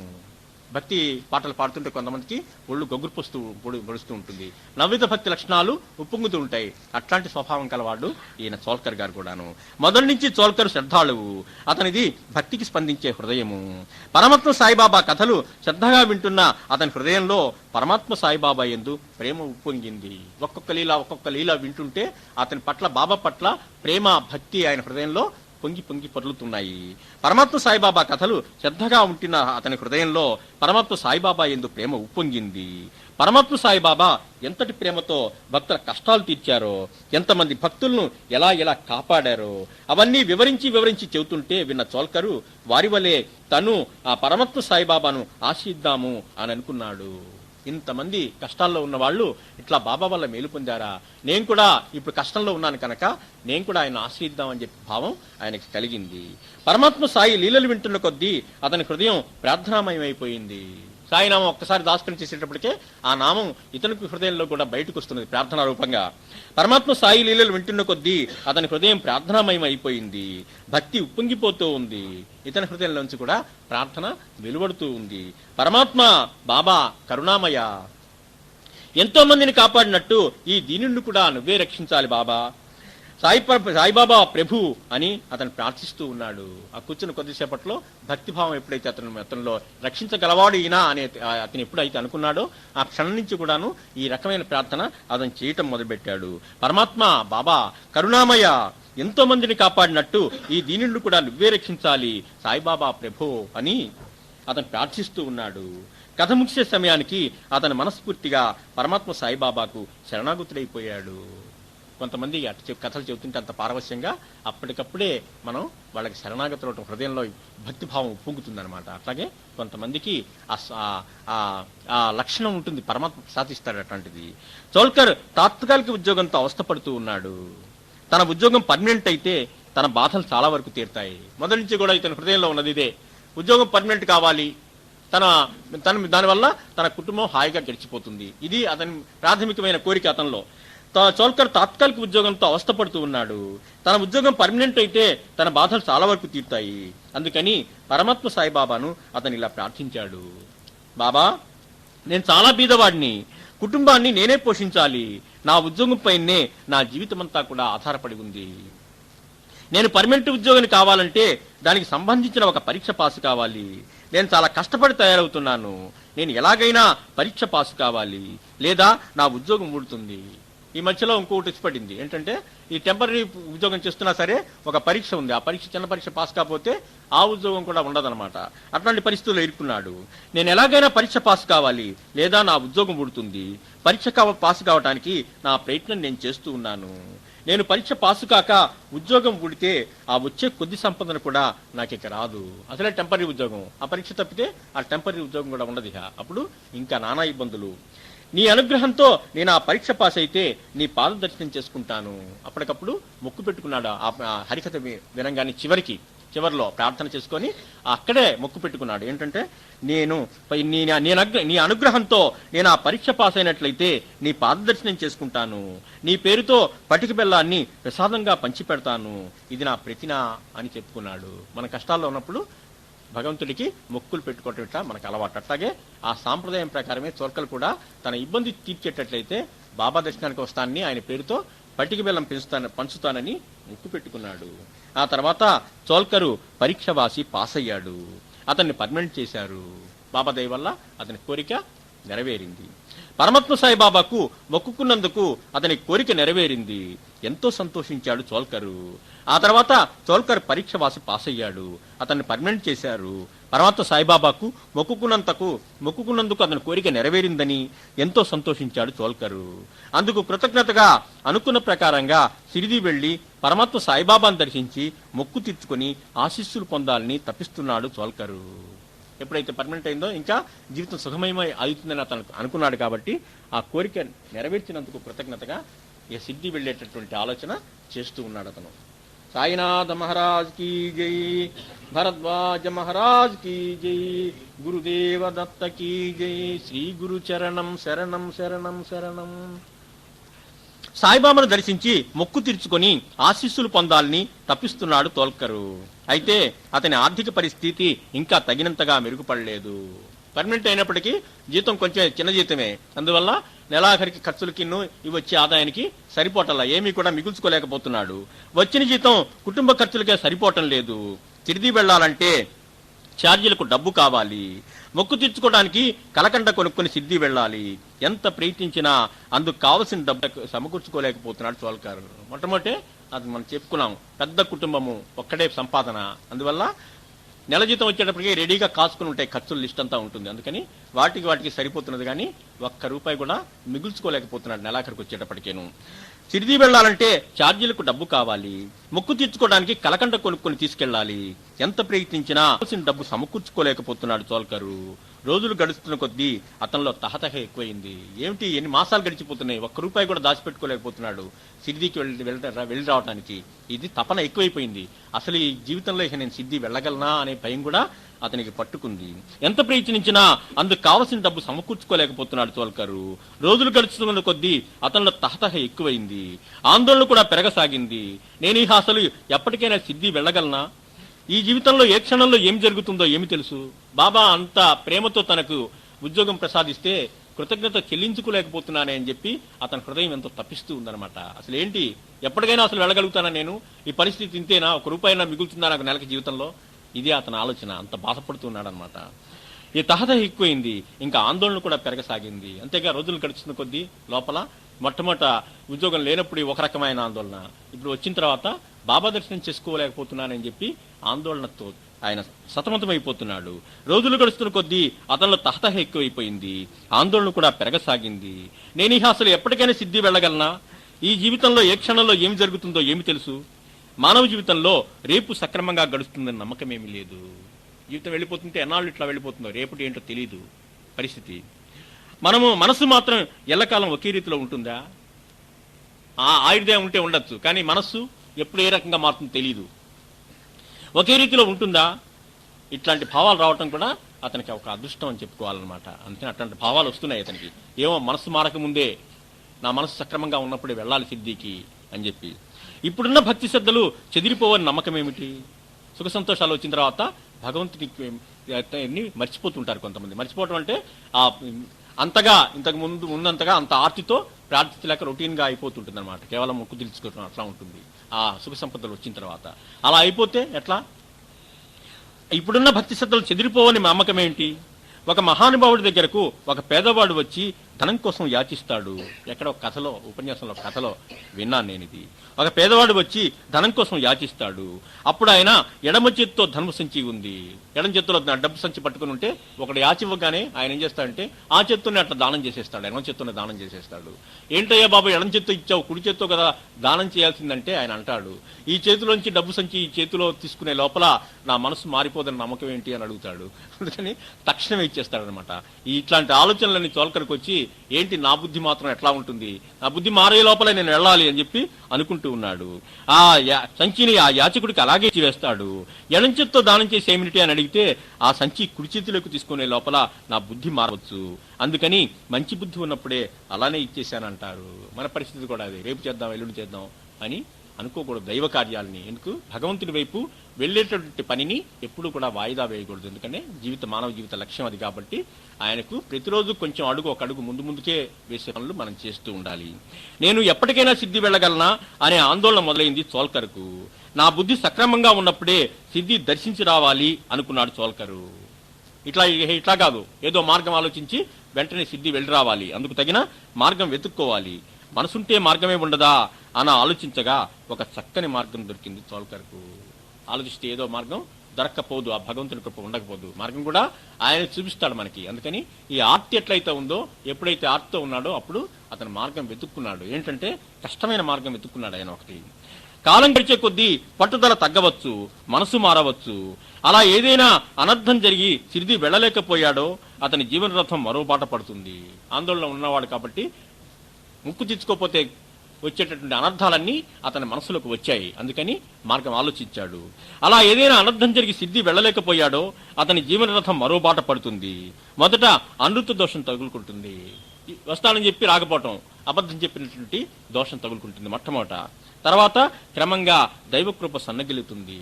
దైవానికి వాగ్దానం చేస్తే చెల్లించకపోయినట్లయితే కష్టాలు రావటం మొదలైతే మరలా కష్టాల్లో మునిగిపోవటం జరుగుతుంది. అప్పుడిక ఏ కారణంగా ఇన్ని కష్టాలు వచ్చాయో కూడా తెలియని పరిస్థితి ఏర్పడుతుంది. మన జీవితంలో ఎంత ప్రార్థించినా ఒక్కోసారి కష్టాలు తొలగవు. అట్లాంటి వాళ్ళకి ఇలాంటిది వెనకాలేదో ఆ భగవంతుని వాగ్దానం ఏదో మిగిలిపోయి ఉంటుందన్నమాట.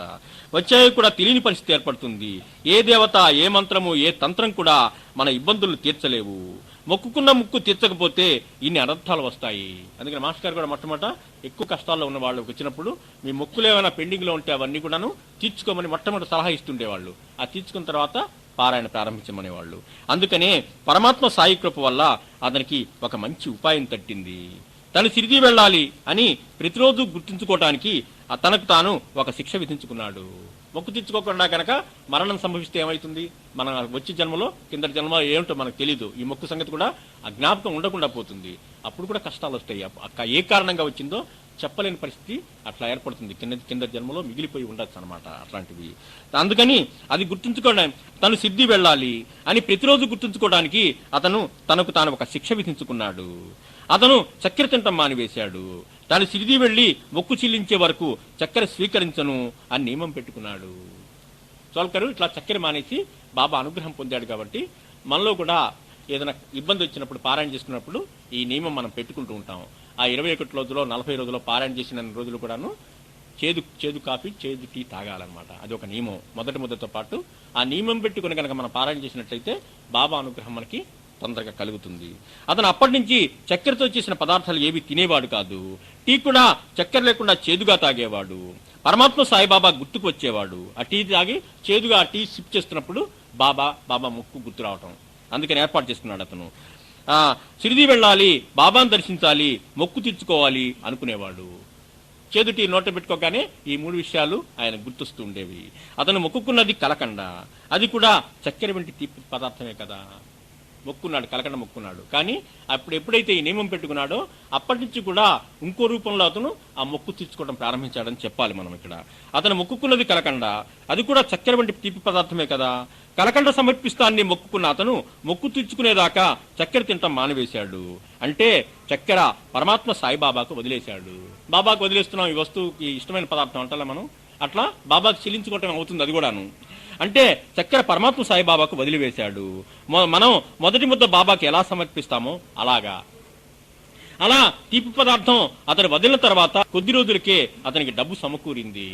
మొట్టమొదట ఇంకో రకంగా మొక్కు తెచ్చుకోవడం మొదలుపెట్టాడు తీపి పదార్థం వదిలేసి. అందుకని అనుగ్రహం అటు నుంచి వచ్చిందనమాట. వదిలిన తర్వాత కొద్ది రోజులకే అతనికి డబ్బు సమకూరింది. అంత నిజాయితీగా అతను ప్రార్థించడం వల్ల పరమాత్మ సాయిబాబా స్పందించి అతనిని తమ సన్నిధికి లాక్కున్నారు. అతనిలో ఆర్తి గమనించి బాబా ఆయన ఏర్పాట్లు ఆయన చేశాడు. మనకు కూడా ఆర్తితో ప్రార్థించినట్లయితే షిరిడీ దర్శనం వెంటనే కలగటం మనకి చాలా మందికి అనుభవం కలుగుతూ ఉంటుంది. అంత నిజాయితీగా అతను ప్రార్థించడం వల్ల పరమాత్మ సాయిబాబా స్పందించి అతన్ని తమ సన్నిధికి లాక్కున్నారు. డబ్బు సమకూరిన వెంటనే అతడు షిరిడీ వెళ్లి పరమాత్మ సాయిబాబాను దర్శించాడు. పరమాత్మ సాయిబాబాను దర్శించగానే అతనికి దాస్కన్ హరికథలో చెప్పిన లీలన్నీ గుర్తొచ్చాయి. ఒక్కసారి ద్వారకామాయిలో ఆయన దర్శనం అవ్వంగానే ఆ హరికథ విన్నటువంటి ఆ లీలలన్నీ కూడా ఈయనకి ఇట్లా చేశాడు, అంతటి మేలు చేసిన వాడు, అంత ఆపదల్లో ఆదుకున్నవాడు ఈయన అని చెప్పి తనకి ఉపాధి ప్రసాదించిన వాడు అని చెప్పి ఆయన హృదయంలో ఒక్కసారిగా అన్ని గుర్తొచ్చి భక్తిభావం ఉప్పొంగింది. ఎందరో భక్తులతో పాటు నన్ను కూడా కాపాడిన మహాత్ముడు ఎదురుగా కనిపించేసరికి పరమాత్మ పాదాలపైన దొల్లిపోయాడు అతను. ఆ కృతజ్ఞత పొంగి వచ్చి బాబా పాదాల మీద పడ్డాడు. దీనులను ఉద్ధరించడానికి అవతరించిన కలియుగ అవతారం పరమాత్మ సాయిబాబా అని దాస్కన్ వర్ణించిన విషయం గుర్తుకొచ్చింది. కలియుగంలో పరమాత్మ ఈ రూపంలో అవతరించాడు మనల్ని ఉద్ధరించడానికని బాగా చెబుతుండేవాడు దాస్కన్. అదంతా గుర్తొచ్చింది. మనసారా స్మరించుకున్నాడు. అతని తనువు మనసు ఆనందంతో నిండిపోయింది. అనుకున్న కోరిక ఎంతో కష్టం మీద నెరవేర్చుకుంటూ వచ్చాడు. ఆ కష్టంకి ఫలితం లభించేటప్పటికే పరమానందం కలిగిందనమాట ఆయనకి. ఎంతో ఉల్లాసంగా ఉన్నాడు అతని తనువు మనసు ఆనందంతో నిండిపోయింది. ఎంతో ఉల్లాసంగా ఉన్నాడు అతను. పరమాత్మ సాయిబాబా అనుమతి తీసుకొని తను మొక్కుకున్న పటికి బెల్లం అతడు అందరికీ పంచిపెట్టాడు. బాబా దర్శనం చేసుకున్నాడు. దర్శనం చేసుకోవటం మొదటి పాయింట్ మొక్కులో. అది పూర్తవంగానే ఇంకా కలకండ పంచాలి. బాబా మొక్కు పెట్టుకున్నాను పంచుతానని చెప్పి బాబాకి చెప్పి అందరికీ ప్రసాదం పంచాడు. రెండోది కూడా తీర్చుకున్నాడు. ఎంతో ఉల్లాసంగా ఉన్నాడు అతను. పరమాత్మ సాయిబాబా అనుమతి తీసుకుని తను మొక్కుకున్న పటికి బెల్లం అతను అందరికీ పెంచిపెట్టాడు. కొబ్బరి ముక్కలు కూడా అందరికీ పంచాడు. అప్పుడు తృప్తి పడ్డాడు అతను. అబ్బా, అనుకున్నవి రెండు ఎంతో సాధించలేనేమో ఈ జీవితంలో అనుకున్నవి రెండు కూడాను నేను సాధించగలిగాను, ఆ పరమాత్మ అనుగ్రహించాడని చెప్పి హాయిగా తృప్తిగా ఉన్నాడు అనమాట. అది అసలు నెరవేరుతుందా లేదా అనుకున్న షిరిడీ యాత్ర, పరమాత్మ సాయిబాబా దర్శనం, మొక్కు చెల్లించుకోవటం క్షణంలో జరిగిపోయాయి. అతను పూర్తిగా తృప్తి పడ్డాడు. అమ్మయ్యా, బాబా కృప లభించింది అనుకున్నాడు. గుడి మీద హాయ్ అనిపించింది అనమాట. ఇక తృప్తి పడ్డాడు. ఇంకా అప్పటికి అమ్మయ్యా అనుకున్నాడు. అమ్మయ్యా, బాబా కృప లభించింది అనుకున్నాడు. జోగ్ దగ్గర అతను అతిథిగా ఉన్నాడు. షిరిడీ రాగానే ఒక భక్తుని ఇంట్లో అద్దెగా దిగాడు. వాళ్ళిద్దరు కలిసి బాబా దర్శనానికి వచ్చారు. ఆ దర్శనానికి వచ్చి ఇదంతా ముక్కంతా తీర్చుకున్న తర్వాత జోగ్ అనే ఆయన ఇంకా బసకెళ్ళటానికి లేచాడు. బాబా దృష్టి వాళ్ళిద్దరి మీద పడింది. చోల్కర్ వైపు ప్రేమ కరుణ నిండిన చూపులు చూస్తూ జోగును దగ్గర పరిచారు. ఇద్దరిని చూడగానే కరుణా దృష్టి మాత్రం చోల్కర్ మీద ఉంది. జోగునేమో దగ్గరగా రమ్మని పిలిచాడు. బాబా చేసింది. బాబా యొక్క కరుణా దృష్టి మనకు ఆ షిరిడీలో బాబా విగ్రహం చూస్తుంటే అందులోంచి ప్రవహిస్తూ ఉంటుంది ఆ కరుణా దృష్టి. అది మనం ఎప్పటికీ మర్చిపోలేము. అట్లాంటి ప్రేమపూరితమైన కరుణా దృష్టి చూస్తూ ఉన్నాడు ఆయన. సోల్కర్ వైపు ప్రేమ కరుణ నిండిన చూపులు చూస్తూ జోగును దగ్గరగా పిలిచారు. ఆ కరుణా దృష్టికి సోల్కర్ పులికించిపోతున్నాడు, పరమానందంగా ఉన్నాడు. అసలే ఈ కరుణా దృష్టి పడేటప్పటికే ఇంకా ఆనందం కలిగింది. జోగును దగ్గరకు బాబా పిలవగానే సోల్కర్ కూడా బాబా దగ్గరగా వెళ్లి బాబా ఏం చెబుతారోనని చెవులు రిక్కించి వింటున్నాడు. జోగును పిలవగానే అంబడి ఆయన కూడా వచ్చాడు. జోగుకి బాబా ఏదో చెప్పబోతున్నారు వినాలని చెప్పి ఆయన చెవులు రిక్కించి వింటూ ఉన్నాడు. జోగుతో బాబా ఇతనికి చాలా కప్పుల ఛాయ్ ఇవ్వు అన్న బాబా మాటలు ఇద్దరూ విన్నారు. దగ్గరికి పిలిచి చెప్పారు, ఎక్కువగా కప్పులు, చాలా కప్పులు టీ ఇతనికి ఇవ్వు అని చెప్పాడు బాబా. ఇతనికి చాలా కప్పులు ఛాయ్ ఇవ్వు అన్న బాబా మాటలు ఇద్దరు విన్నారు. చాలా కప్పులు టీనా అని ఇద్దరు అనుకుంటూ ఉండగా, ఇన్ని కప్పులు టీ ఎందుకు ఇవ్వమంటున్నాడు ఏంటి బాబా అని జోగు హృదయంలో ఒక మెదిలింది. తర్వాత బాబా ఇంకో మాట అన్నారు, చాలా కప్పులు టీనా అని ఇద్దరు అనుకుంటూ ఉండగా మరలా బాబా ఆ ఛాయ్లో బాగా ఎక్కువగా చక్కెర వేసి ఇవ్వు అన్నారు అని బాబా చెప్పారు. ఆ ఛాయ్లో బాగా ఎక్కువగా చక్కెర వేసి ఇవ్వు అని బాబా చెప్పారు. బాగా ఎక్కువగా చక్కెర వేసి ఇవ్వు అన్న మాటలు సోల్కర్ హృదయాన్ని బాగా తాకాయి. ఈ రెండో పదమే అతని హృదయాన్ని తాకింది. ఎందుకంటే బాబాకి తన రహస్యం తెలిసింది, ఏం చేసి వచ్చాడో తెలిసిందని చెప్పి అతని హృదయం పులకించిపోయింది. బాగా ఎక్కువగా చక్కెర వేసి ఇవ్వు అన్న బాబా మాటలు సోల్కర్ హృదయాన్ని బాగా తాకాయి. అతని చెవిలో అవే మాటలు గింగిర్లాడాయి, అవే పదే తిరుగుతున్నాయి. బాబా ఎట్లా చెప్పాడు, ఎక్కువ ఇవ్వమంటున్నాడు అంటే అతని హృదయంలో తెలిసిపోయింది మూలం ఉన్నటువంటిది. నేను ఇంత కష్టపడి ఇన్నాళ్లు చెదుటి తాగినందుకు ఎక్కువ చక్కెర వేసి ఇమ్మంటున్నాడు బాబా అని చెప్పి అతనికి తెలిసిపోయింది అనమాట. అతని చెవుల్లో అవే మాటలు గింగిర్లాడాయి. ఆ మాటలు పరమాత్మ సాయిబాబా ఎందుకన్నారో ఆ పరమాత్మకు సోల్కర్కు మాత్రమే బాగా తెలుసు. చేదుకి తాగి వచ్చాడు, ఇన్నాళ్ళు డబ్బులు మిగుల్చుకుని ఆ డబ్బులతో యాత్ర చేసి వచ్చాడని చెప్పి బాబాకి సోల్కర్కి ఇద్దరికీ తెలుసు. తన హృదయంలో ఉన్నటువంటి మూలన్నటువంటి భావాన్ని కనిపెట్టినందుకు అతను పులకించిపోయాడు అనమాట. ఆ మాటలు పరమాత్మ సాయిబాబా ఎందుకంటున్నారో ఆ పరమాత్మకు సోల్కర్కు మాత్రమే తెలుసు. ఇంతకాలం చక్కెర లేకుండా చేదు టీ తాగాడు కదా, నా కోసం, నా దర్శనం కోసం నిన్ను నువ్వు ఎంత కష్టపడుకుని పెట్టుకున్నావు నాన్న అని బాబా అంటున్నట్టుగా అతనికి అనిపించింది అనమాట. నా కోసం, నా దర్శనం కోసం నిన్ను నువ్వు ఎంత కష్టపెట్టుకుంటున్నావు నాన్న, ఇగో ఇప్పుడు ఈ తీయటి ఛాయ్ తాగు అని ఆ దివ్యజనిని ద్వారకామాయి మాత పరమాత్మ సాయిబాబా తన బిడ్డను అక్కును చేర్చుకుని ఇంకొంచెం తాగు అంటూ ఆ తీయని తేనీరు అతని నోటికి అందిస్తున్నట్టుగా అనుభూతి చెందాడు. బాబా కనిపెట్టిన తర్వాత ఆయన పిలుపులో ఇతనికి ఎలా స్పందించాడంటే, ఇతను ఇవిగో ఇప్పుడు తీయటి ఛాయ్ తాగు అని ఆ దివ్యజన్ని ద్వారకామాయి మాత అతని చెవుల్లో అవే మాటలు గింగిర్లాడాయి. ఆ మాటలు పరమాత్మ సాయిబాబా ఎందుకన్నారో ఆ పరమాత్మకు సోల్కర్కు మాత్రమే బాగా తెలుసు. ఇంతకాలం చక్కెర లేకుండా చేదు టీ తాగాడు కదా, నా కోసం, నా దర్శనం కోసం నిన్ను నువ్వు ఎంత కష్టపెట్టుకున్నావు నాన్న, ఇవిగో ఇప్పుడు ఈ తీయటి ఛాయ్ తాగు అని ఆ దివ్యజన్ని ద్వారకామాయి మాత పరమాత్మ సాయిబాబా తన బిడ్డను అక్కును చేర్చుకొని ఇంకొంచెం తాగు అంటూ తీయని తేనీరు అతనికి నోటికి అందిస్తున్నట్టుగా అనుభూతి చెందాడు సోల్కరు. దగ్గరికి పిలిచి ఎక్కువ తీయటిచి అతని నోట్లో పోస్తున్నట్టుగా అతనికి అనుభవం. అతని కన్నులు ఆనందాశ్రువులు వర్షించాయి. అతను అక్కడి నుంచి కదలలేకపోయాడు. ప్రేమ ఉప్పొంగిపోయింది. బాబా కరుణ తెలుసుకోగలిగాడు అతను, అందుకని కదలలేకపోయాడు. తన తలను బాబా పాదాలపైన పెట్టాడు. అప్పుడు బాబా అన్నారు, నేను అంతర్యామి కాబట్టే సోల్కర్ హృదయంలో సంగతి తెలుసుకోగలిగాడు ఆయన. నేను మీ అంతర్యామిని, మీ హృదయంలో నిరంతరం ఉండే ఆ నాకు మీరు వందనం చేయాలి. స్మరణ రూపంలో మా ఆయనే ఉంటాడు, జీవుడు కూడా పరమాత్మే, అందుకని ఆ రూపంలో బాబానే మన ఇంట్లో ఉన్నాడని చెప్పి బాబానే ఆ పరమాత్మ మనకు గుర్తు చేస్తూ ఉన్నాడు. నేను మీ అంతర్యామిని, మీ హృదయంలో ఉండే నిరంతరం ఉండే ఆ నాకు మీరు వందనం చేయాలి. హృదయపూర్వకంగా మన బాబాని స్మరించుకుంటాం సాయి అని చెప్పి మన హృదయం దగ్గరికి పోతుంటుంది చెయ్యి. అప్పుడు నేను మీ అంతర్యామిని, మీ హృదయంలో నిరంతరం ఉండే ఆ నాకు మీరు వందనం చేయాలి. అన్ని ప్రాణుల హృదయాల్లోనూ ఉండే నేనే నిజమైన నేను అన్నారు పరమాత్మ సాయి. అందరిలో నేను ప్రాణశక్తి ఏదైతే స్పందిస్తూ ఉంటుందో ఆ ప్రాణశక్తే బాబా అని నేనే అని చెబుతున్నాడు. అలా ఆయన సర్వంతర్యామిత్వంని మరొకసారి బాబా అట్లా నిరూపణించాడు. దాంతో పాటుగా ఎంత కరుణాపూరిత హృదయుడో, బిడ్డల మీద భక్తుల మీద ఆయనకి ఎంత కరుణ ఉంటుందో అది కూడా ఈ లీల ద్వారా బాబా మనకు అందజేశారు. నేను మీ అంతర్యామిని, మీ హృదయంలో ఉండే నిరంతరం ఉండే ఆ నాకు మీరు వందనం చేయాలి. అన్ని ప్రాణుల హృదయాల్లోనూ ఉండే నేనే నిజమైన నేను అన్నారు పరమాత్మ సాయిబాబా. రమణ మహర్షి కూడా మిథ్యా నేను అసలు నేనని చెబుతుంటారు. మిథ్యానేనంతా ఉట్టిది మనం అనుకోవటమే, విడిగా ఉన్నామని అనుకోవటమే, అంతా మనం కూడా పరమాత్మ స్వరూపులమే. అందుకని అసలు నేను చూడు అని చెప్పి మార్చి చెబుతారు. అదే ఈ బాబా కూడా చెబుతూ ఉన్నారు. నేను మీ అంతర్యామిని, మీ హృదయంలో నిరంతరం ఉండే ఆ నాకు మీరు వందనం చేయాలి. అన్ని ప్రాణుల హృదయాల్లోనూ ఉండే నేనే నిజమైన నేను అన్నారు పరమాత్మ సాయిబాబా. మనం కూడా చౌల్కర్బరే ఉపాధి కోసం ఆ పరమాత్మ సాయిబాబాను శరణ వేడుదాం. మనకి నిరంతరం ఉపాధి దొరికేటట్టు, పని దొరికేటట్టు, మన సుఖ సంపదలతో, మన సంపదలతో నిండి ఉండేటట్టుగా మనం ఆ బాబాను ప్రార్థించుకుందాము. మనం కూడా చౌల్కల్వలే ఉపాధి కోసం పరమాత్మ సాయిబాబాను శరణ వేడుదాం. ఆయన దర్శించాలని చౌల్కల్వలే కష్టపడదాం. ఎప్పుడిప్పుడు ఆయన పాద సన్నిధి వద్దామా, ఆయన అనుగ్రహం పొందుదామా అని మనం కూడా అలాగే తప్పిద్దాం. మనము ఆ పరమాత్మ సాయిబాబా ప్రేమను పొందుదాం. శ్రీ సాయినాథ్ మహారాజ్ కీ జై, భరద్వాజ మహారాజ్ కీ జై, గురుదేవ దత్త కీ జై. శ్రీ గురు చరణం శరణం శరణం శరణం, దత్త గురు చరణం శరణం శరణం శరణం, సాయి చరణం శరణం శరణం. సాయినాథ్ మహారాజ్ కీ జై, భరద్వాజ్ మహారాజ్ కీ జై.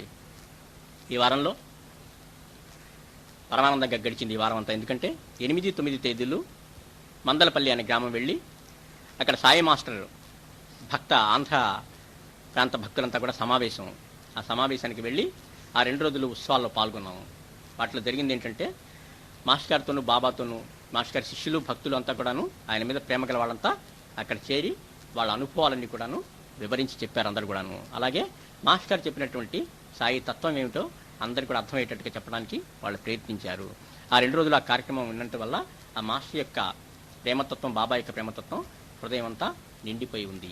ఆ నిండినటువంటి ఆ హృదయంతో ఇప్పుడు వచ్చి సత్సంగం చేశాను.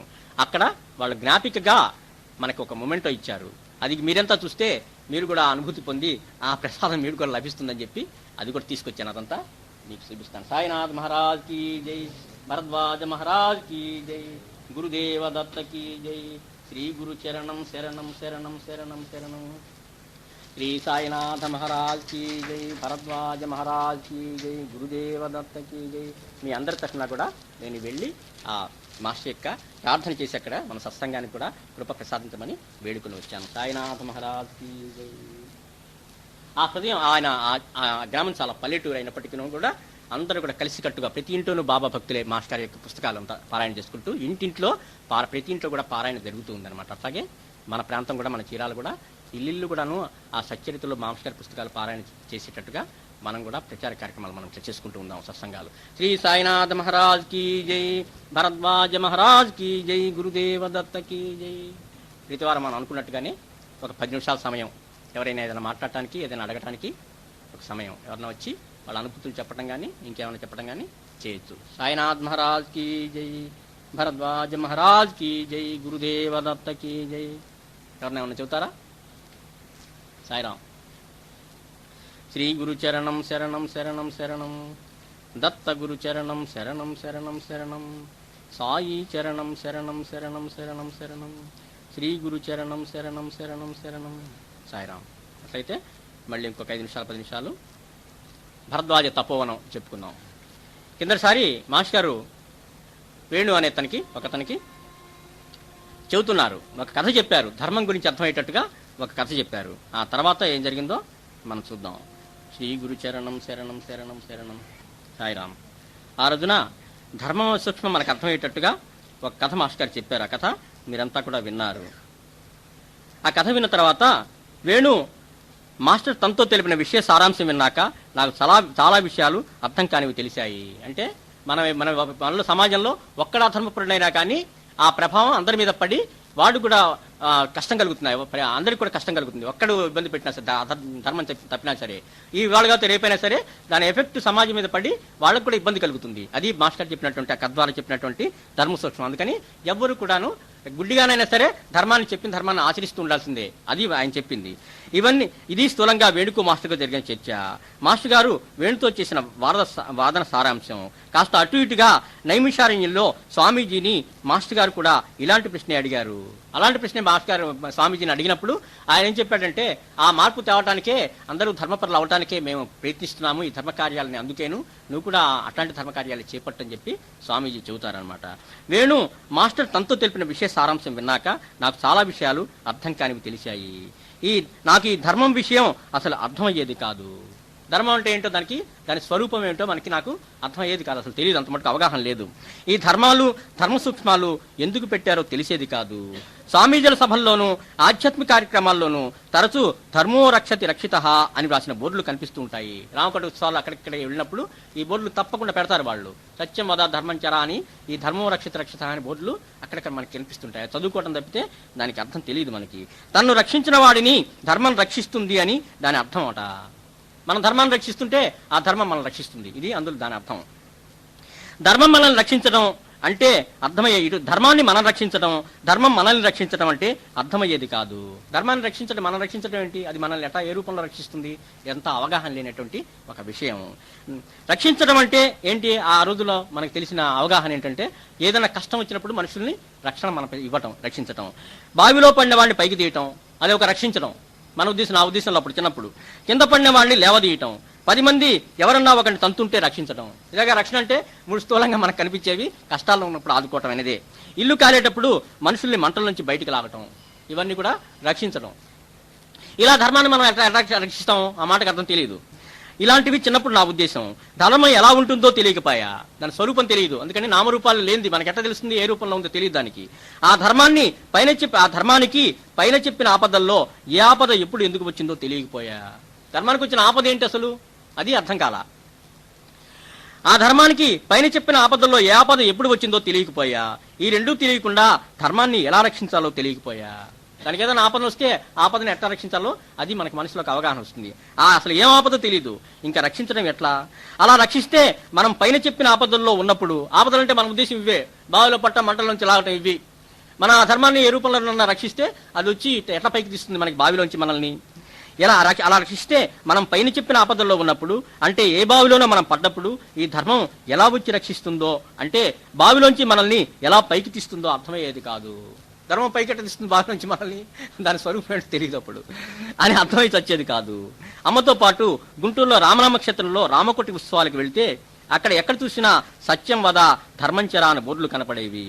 అందులో సత్యం అన్న పదం ఒక్కటే అర్థమయ్యేవి. సత్యం అంటే నిజం, మిగతా వాటి అర్థం తెలియదు. మిగతా వద ధర్మం చెర ఈ 3 మాటలకి అర్థం తెలియదు. ఈ వారం రోజులు సత్యం వధ ధర్మం చెర అని కొంతమంది ఒకటే జోకులు వేస్తుండేవాళ్ళు. సత్యం వధ అనుకుంటే వధ అంటుండేవాళ్ళు, సత్యం వధ పట్టుబడుతుంది అని చెప్పి అందరు ఇదే అంటుండేవాళ్ళు, జోక్గా అనమాట. అట్లా అనుకుంటుండేవాళ్ళు, అట్లా అనకూడదని చెప్పి పెద్దవాళ్ళు చెబుతుండేవాళ్ళు అనమాట. అని కొంతమంది ఒకటే జోకులు వేస్తూ ఉండేవాళ్ళు. మా అమ్మ సత్యం వధ అంటే నిజం పలకటం, నిజం చెప్పటం అని, ధర్మం చెర అంటే ధర్మం ఆచరించటం అని చెప్పింది. ఈ ధర్మాలేమిటో, అవి ఎప్పుడు వస్తాయో, అవి ఎప్పుడు ఆచరించాలో తెలిసేది కాదు. అలా చిన్నప్పటి నుంచి ధర్మం అంటే ఒక స్పష్టమైన అవగాహన లేకుండా ఉండేది. చాలా మంది కూడా స్పష్టమైన అవగాహన ధర్మం గురించి ఉండదు. ఇట్లాగే నాకున్న అవగాహన ఉంటుంది. మాస్టర్ గారు వేణుతో చెప్పిన ఈ కథ విన్న తర్వాత ధర్మాలు ఎలా ఏర్పడ్డాయి, అవి గుడ్డుగానైనా సరే తప్పనిసరిగా ఎందుకు ఆచరించాలి, ఆచరించకపోతే ఇప్పుడు చివరికి మనకి ఆ కష్టం మనకు కూడా వస్తుంది, ఇతరులకు వచ్చిన కష్టం మనకు కూడా రాక మానదు, తప్పించుకోవడం ఎవరికి సాధ్యం కాదు.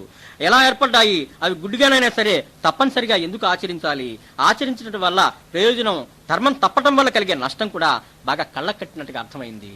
ఒక బొంగు లాగినా సరే ఎప్పటికప్పుడు ఇల్లు కూలుతుంది, మొత్తం అంతా కూడా ఇబ్బంది వస్తుంది. అలా అనమాట. ఆ ఒక్క కథ విన్న నాకు ఆ తర్వాత ధర్మో రక్షతి రక్షిత అనే పదం ఎట్టి కన్ఫ్యూజన్ లేకుండా అర్థమైంది. పూర్తి అవగాహన వచ్చేసింది ధర్మం గురించి అది విన్న తర్వాత. ఇంకెప్పుడు ఏ సందేహము రాలేదు, ధర్మాచరణ విషయంలో ఏ సందేహము రాలేదు. ఈ కథ అప్పుడప్పుడు ఆ తర్వాత కూడా మాస్టర్ గారు సత్సంగాల్లో చెప్పేవారు. మాస్టర్ గారి కథ చెప్పడం వల్ల మాస్టర్ గారి శిష్యుల్లో ధర్మం అంటే గొప్ప అవగాహన, ధర్మం తప్పని రీతిగా వాళ్ళంతా తయారయ్యారు. మన సమావేశాలకు వచ్చిన శిష్యులంతా కూడాను ధర్మవర్తంలో మాస్టర్ గారు చెప్పిన విధంగా ప్రచారం చేసుకుంటూ జీవితం గడుపుతున్నారు వాళ్ళు. అట్లా మాస్టర్ గారు ధర్మం గురించి వాళ్ళ హృదయాల్లో నాటగలిగారనమాట. సత్సంగాల్లో చెప్పేవారు. అప్పటి నుంచి కష్టం నష్టం వచ్చినా సరే ధర్మం తప్పకూడదు అని గాఢమైన భావం అంతఃకరణలో ముద్రించుకుపోయింది. సాక్షాత్తు సద్గురు మూర్తి కాబట్టి ఆయన చెప్పిన బోధ హృదయాల్లో అట్లా నాటుకుపోయింది. అట్లా మాస్టర్ గారి శిష్యుల్లో చాలా మందికి ఈ ధర్మం ఆచరించడం, ధర్మం తప్పదనే విషయం బాగా నాటుకుపోయి అట్లా జీవిస్తున్నారు వాళ్ళు. ఆ కష్టం నష్టం వచ్చినా సరే ధర్మం తప్పకూడదని గాఢమైన భావం అంతఃకరణలో ముద్రితమైపోయింది. మాస్టర్ గారి బోధ ఎంత గాఢమైందో ఈ బోధలంటే వింటే మన హృదయంలో కూడా బీజపూర్వకంగా ఆ భావాలు నాటబడతాయి. కథలు కనుక మనం విన్నట్టయితే అప్పుడు మనకు కూడా ఆ సంస్కారం లోపల ఏర్పడుతుంది. శ్రీ సాయినాథ మహారాజ్ కీ జై, భరద్వాజ మహారాజ్ కీ జై, గురుదేవ దత్తకి జై. శ్రీ గురు చరణం శరణం శరణం శరణం. దత్త గురు చరణం శరణం శరణం. సాయి చరణం శరణం శరణం శరణం. శ్రీ సాయినాథ్ మహారాజ్ కి. దిగంబరా దిగంబరా శ్రీపాదవల్లభ దిగంబరా. దిగంబరా శ్రీపాదవల్లభ దిగంబరా. దిగంబరా దిగంబరా నృసింహయతివర దిగంబరా. దిగంబరా దిగంబరా నృసింహయతివర దిగంబరా. దిగంబరా దిగంబరా మాణిక్య ప్రభు గురు దిగంబరా. దిగంబరా దిగంబరా మాణిక్య ప్రభు గురు దిగంబరా. దిగంబరా దిగంబరా అక్కలకోట గురు దిగంబరా. దిగంబరా దిగంబరా అక్కలకోట గురు దిగంబరా. దిగంబరా దిగంబరా తాజుద్దీన్ బాబా దిగంబరా. దిగంబరా దిగంబరా తాజుద్దీన్ బాబా దిగంబరా. దిగంబరా దిగంబరా గజానన్ మహారాజ్ దిగంబరా. దిగంబరా దిగంబరా గజానన్ మహారాజ్ దిగంబరా. దిగంబరా దిగంబరా ధుని వాళ్ళ దద దిగంబరా. దిగంబరా దిగంబరా ధుని వాళ్ళ దద దిగంబరా. దిగంబరా దిగంబరా వాసుదేవ గురు దిగంబరా. దిగంబరా దిగంబరా వాసుదేవ గురు దిగంబరా. దిగంబరా దిగంబరా సాయినాథ ప్రభు దిగంబరా. దిగంబరా దిగంబరా సాయినాథ ప్రభు దిగంబరా. దిగంబరా దిగంబరా గురుదేవ దత్త దిగంబరా. దిగంబరా దిగంబరా గురుదేవ దత్త దిగంబరా. దిగంబరా దిగంబరా భరద్వాజ గురు దిగంబరా. దిగంబరా దిగంబరా భరద్వాజ గురు దిగంబరా. దత్త దత్త దత్త ప్రసన్న. దత్త ప్రసన్న సాయి సాయి సాయి ప్రసన్న. శ్రీ సాయినాథ మహారాజ్ की జై. భరద్వాజ మహారాజ్ की జై. గురుదేవ దత్త की జై. మరొకసారి మనం సద్గురుమూర్తుల కృప వల్లే మనం ఇలా ఇక్కడ సత్సంగం చేసుకుంటున్నామని కృతజ్ఞతాపూర్వకంగా మరొకసారి వాళ్ళని స్మరించుకుందాం. సాయినాథ్ మహారాజ్ की జై. భరద్వాజ మహారాజ్ की జై. గురుదేవ దత్త की జై. అంతేకాకుండా ఇక్కడ సత్సంగం ఏర్పాటు చేసిన వాళ్ళకి, మందిర నిర్వాహకులకి, సత్సంగానికి వచ్చినటువంటి భక్తులకి, రాలేకుండా ఏ కారణం వల్ల రాలేకపోయినటువంటి భక్తులకి, భగవంతుడి విశ్వాసం ఉన్నవారికి, విశ్వాసం లేని వారిని కూడా ఆ సద్గురుమూర్తులు కరుణించి శుభ్రమార్గాన్ని నడిపించాలని ఆ సద్గురుమూర్తులు ప్రార్థిస్తూ ఉన్నాను. అంతేకాక మనం తెలిసి తెలియక తప్పు చేసిన తప్పులన్నింటి కూడా మన్నించి మనల్ని కరుణించమని, ఆశీర్వదించమని ఆ సద్గురుమూర్తులు ప్రార్థిస్తూ ఉన్నాను. మనం ఎప్పుడు కూడా ఇట్లా సత్సంగం చేసుకుంటూ శాంతి ఆనందాలతో ఉందాం. సాయినాథ్ మహారాజ్ की జై. భరద్వాజ్ మహారాజ్ की జై. గురుదేవ దత్త की జై. సాయిరాం. మాస్టర్ గారు మొన్న ఎప్పుడు కూడా 10 minutes ఎవరో ఒకరు ఏదో ఒకటి చెప్పమని అడుగుతున్నారు, కానీ ఎవరు రావట్లేదు ముందుకు చెప్పడానికి. ఇక నుండి ఒక నంబర్ సెలెక్ట్ చేసుకొని ఆ నంబర్ గలవారు ఏదో ఒకటి చెప్పాలన్నమాట, కంపల్సరీ. ఇక అది ఎందుకంటే ఏం చెప్పకుండా ఇక్కడ సత్సంగం జరుగుతుందంటే ఎట్లా? మనం ఏం విన్నామో అందరూ కొద్దిగా వ్యక్తపరచాలి ఇక్కడ.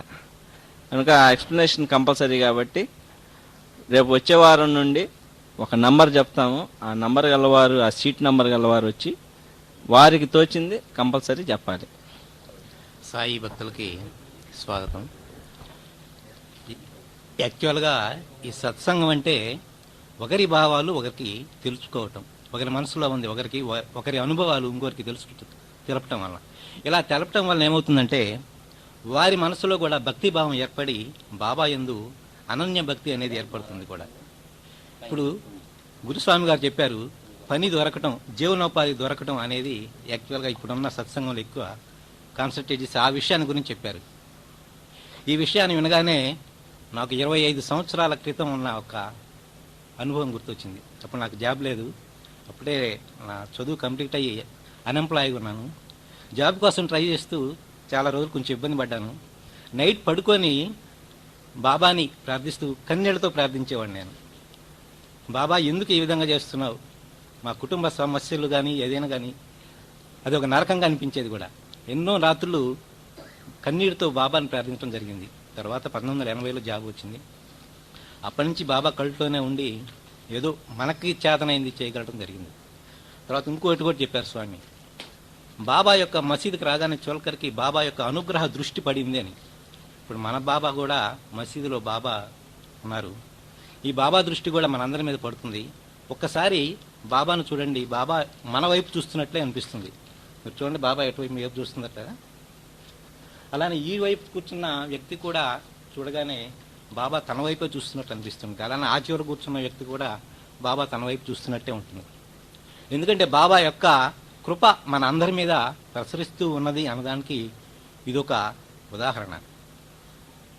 పని అనేదానికి ఇంకొక చిన్న ఉదాహరణ, అంటే మన అందరికీ చాలామంది జరుగుతున్నాయి కూడా, అంటే ఎక్కువ మందికి మనకు తెలియదు కాబట్టి ఒక చిన్న ఉదాహరణ.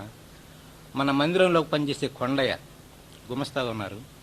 వారు కూడా వాళ్ళ అబ్బాయికి లాస్ట్ ఇయర్ ఇంజనీరింగ్ అయిపోయింది. బెంగళూరులో ఉద్యోగ ప్రయత్నం చేస్తూ లాస్ట్ ఇయర్ నుంచి అక్కడే ఉండి ఏదో ప్రయత్నాలు చేస్తున్నారు. ఆ అబ్బాయి తరఫున కొండయ్య కూడా బాబాని ప్రార్థించడం జరుగుతూ ఉంటుంది. ఈ 1 year లోపల మన రీసెంట్గానే ఆ అబ్బాయికి ఒక జాబ్ వచ్చింది. బాబా ఒరే ఒక జాబ్ ఏంట్రా 2 జాబులు ఇస్తానని చెప్పేసి వాళ్ళ అబ్బాయికే కాకుండా వాళ్ళ అమ్మాయికి కూడా రీసెంట్గానే జాబ్ వచ్చింది. అంత వారం 10 రోజుల లోపల జరిగిన విషయం ఇది. ఇది యాక్చువల్గా ఎలా జరిగిందనే దానికి ఆయన యొక్క మనసులో యొక్క ఆతృత, ఆర్తితో మనం ప్రార్థిస్తే ఎలాంటి సమస్యలైనా పరిష్కారం అవుతాయి, ఎలాంటి కోరికలైనా తీరుతాయి కూడా. అయితే న్యాయబద్ధమైన కోరికలు. ఇంకోటి కూడా పని అనేదానికి ఇంకోటి, ఈ బాబా సాయి మందిరం ఇక్కడ నిర్మించడం వలన ఈ బజార్లో ఉన్న చాలా మంది కూడా కొట్ల వాళ్ళకి, టెంకాయ కొట్ల వాళ్ళకి కానీ వేరే వాళ్ళకి కానీ ఉపాధి పని అనేది జరిగింది. బాబా సేవలో పనిచేసే వాళ్ళకు కూడా ఆయన 11 సూత్రాల్లో ఒకటి ఉంది, నా భక్తుల ఇంటిలో లేమి అనేది ఉండదనేది. అలాంటిది జరుగుతున్నది. ఎంతోమందికి నిదర్శనాలు కనిపిస్తున్నాయి. మీరు కూడా బాబాని ఏదో వచ్చాం సత్సంగం వింటున్నాం పారాయణ చేస్తున్నాం కాకుండా మనస్ఫూర్తిగా మనస్సులో ఆర్తి అనేది ఉండాలి. ఆర్తి అనేది ఉన్నప్పుడు మాత్రమే బాబా యొక్క కృప మీకు కనిపిస్తుంది. ఇవాళ కథలో చోల్కర్ ఆయన పంచదార వదిలేయటం జరిగింది. మనం జనరల్గా మనం కాశీ పోయినప్పుడు ఏదైనా మీకు ఇష్టమైన వదిలేయటం అని చెప్తుంటారు. దాని అర్థం తెలియదు. యాక్చువల్గా ఇవాళ చెప్పి బాబా గారు మాస్టర్ గారు చెప్పారు. ఇవాళ ఆయన పంచదార వదిలేసి చేదు టీ తాగటం వలన ఆయన మనసులో ఉన్న ఆర్తిని బాబా గమనించారు. ఆయన చెప్పకుండానే అనేక కప్పుల టీ పంచదార వేసి ఇవ్వమని చెప్పడం వలన ఆ యొక్క మనస్సులో ఉన్న చొల్కర్ యొక్క మనస్సులో ఎంతో ఆనందం, తృప్తి అనేది వ్యక్తం చేసి కన్నీటితో కళ్ళు వస్తాయి. యాక్చువల్గా మనం ఏదైనా కొంచెం బాబా మన కృప చూపించారంటే ఆ రోజు మనకు ఆటోమేటిక్గా కళ్ళ నీళ్ళు వస్తూ ఉంటాయి. అదే శరీరం మీద ఎంటుకలు కొంచెం నిక్కబొట్టుకుంటుంటాయి. ఇలాంటివన్నీ కూడా మనలో బాబా మీద మనకున్న ప్రేమకి నిదర్శనం. ఇంకొక చిన్న ఉదాహరణ, భక్త అన్నమయ్య సినిమాలో వెంకటేశ్వర స్వామి వచ్చి అన్నమయ్యకి పెళ్లి జరగడం, అన్నమయ్య యొక్క పల్లకీని ఆయన మోస్తాడు. అంటే అన్నమయ్య మీద వెంకటేశ్వర స్వామికి ఎంత కృప ఉందో ఆలోచించాలి. ఆ దృశ్యం చూడగానే నాకు ఎన్నోసార్లు కళ్ళకు నీళ్ళు వస్తుంటాయి. ఎందుకంటే వెంకటేశ్వర స్వామి మీద అన్నమయ్యకి అంత భక్తి ఉన్నది. అలాంటి భక్తి మనకి ఎందుకు లేకుండా పోతుంది? మనం కూడా అలాంటి ప్రయత్నం చేద్దాం అనే ఉద్దేశంతో నేను కూడా ప్రయత్నం, బాబా అలాంటి భక్తి నాకు కూడా ఇవ్వు, మనస్సు వేరే విషయాలకు పోకుండా నీ మీదనే ఉండేటట్టుగా, సత్సంగాలకు అటెండ్ అయ్యేటట్టుగా, గుడికి ప్రతి గురువారం వస్తుంటాం కాబట్టి గురువారం కానీ ఎక్కువ వీలైనంత ఎక్కువ హారతులకు అటెండ్ అయ్యేటట్టుగా అవకాశం కల్పించి నా మనసుని పక్కదారులు తొక్కకుండా నీ మీద కేంద్రీకరించేటట్టుగా అవకాశం ఈ తండ్రి అని చెప్పి ప్రార్థిస్తుంటున్నాను. మీరు కూడా అలానే ప్రార్థిస్తే మీకు కూడా ఎంతో మంచి జరుగుతుందని చెబుతూ ఈ అవకాశం ఇచ్చిన గురుస్వామి గారికి ధన్యవాదాలు తెలుపుతున్నాను. శ్రీ సాయినాథ్ మహారాజ్ కి జై, దేవదత్త కి జై, భగవాన్ మహారాజ్ కి జై.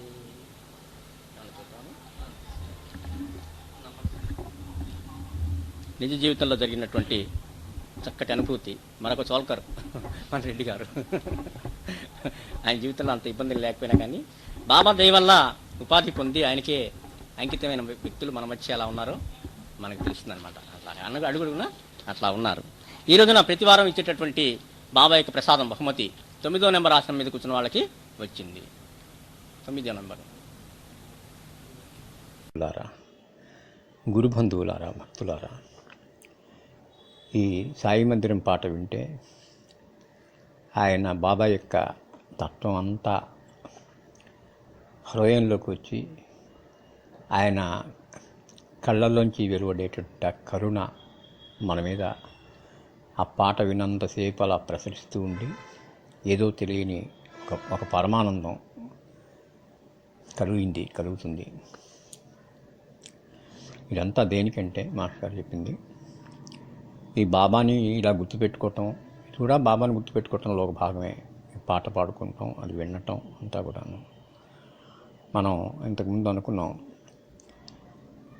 ఈ జగత్తులో, ఈ ప్రపంచంలో, మానవ సమాజంలో మనకి కష్టాలు ఎదురవుతున్నాయి, ఇబ్బందులు, కష్టాలు బాధపడుతున్నాం. వీటి నుంచి బయటికి రావడానికి ఎంత సుఖంగా ఉన్నాం అనుకున్నా కానీ ఏదో కొంత కలత ఉంటూనే ఉంటుంది. వీటికన్నిటికీ కారణం ఏంటంటే మానవుల్లోని దుర్గుణాలే.